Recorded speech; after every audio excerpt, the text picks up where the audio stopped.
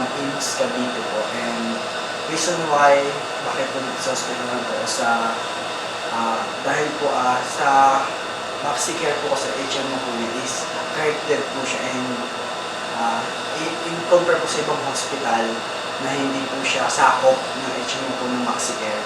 Then kaya po ito po yung napili namin. Then kay Dr. Hasip po at Dr. Evangelista, sobrang na-appreciate ko po sila. Gawa po ng sobrang care po nila at sobrang mas tinugunan po nila yung pangailangan po ng pasyente po na una po kasi napamahal po kami sa plates po, din nagawa po ng paraan ng mga doktor para po makamura po kahit pa paano.